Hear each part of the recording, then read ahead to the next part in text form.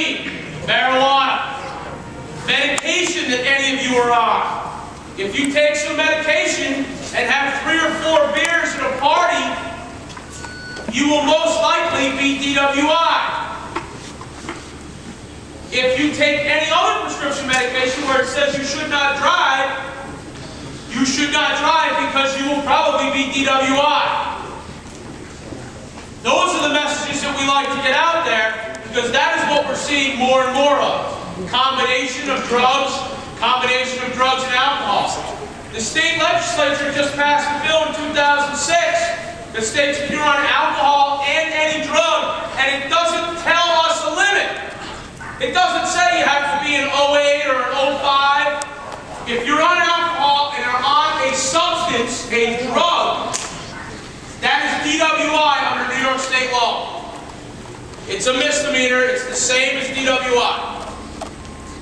So that's the message that I want to relay to you. I don't want you to do drugs, but I'm not naive.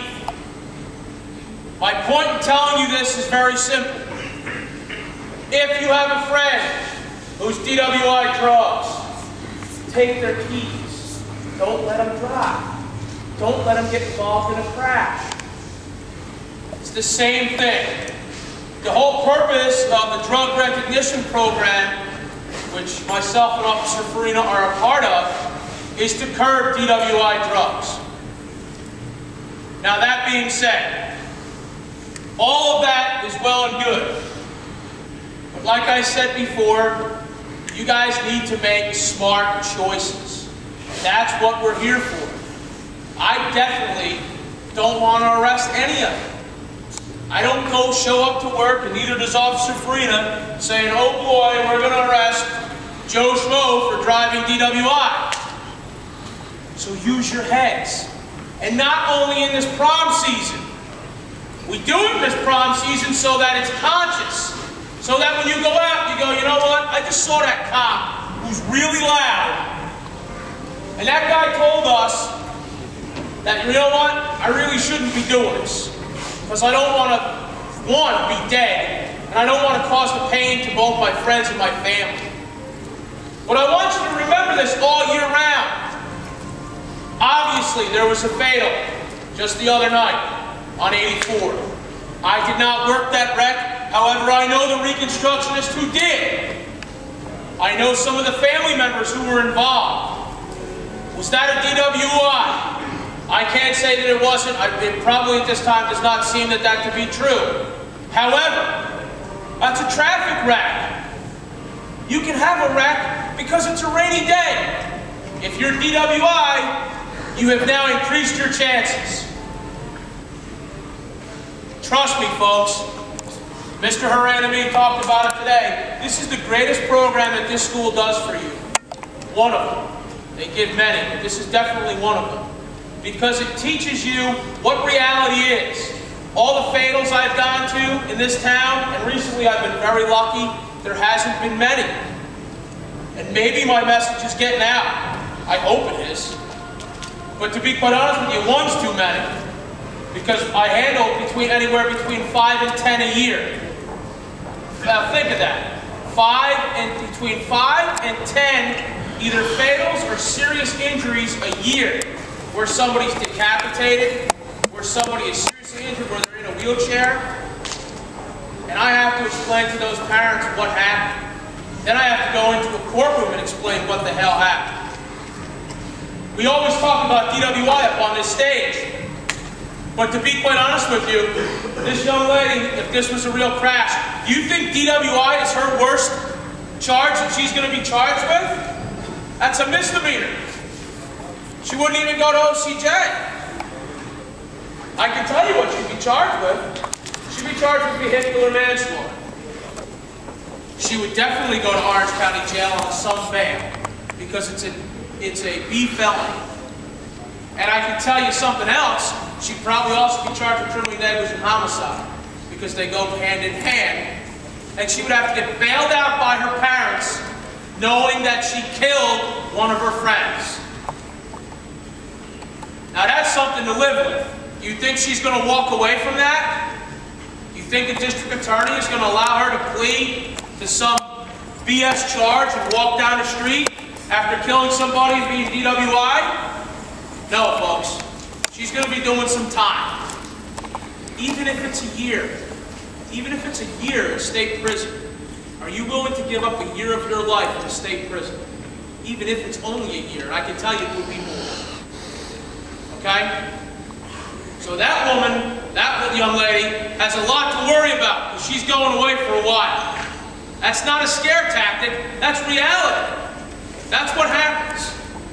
Okay? My job would be to say what happened in this accident. My officer's job would be to say she's DWI. Criminally negligent homicide and vehicular manslaughter, it's very simple. You're DWI and you kill somebody. That's it. We prove the fact that she's DWI, and all I need is a certificate of death to say that that girl's dead. So, purpose. Use your head. Use your head. Make smart decisions. If you can't drive, find somebody who can. If you have to, call your parents. When I was in school, they made us sign this Mothers Against Drunk Driving contract. And at the time, I was like, that's just pretty stupid.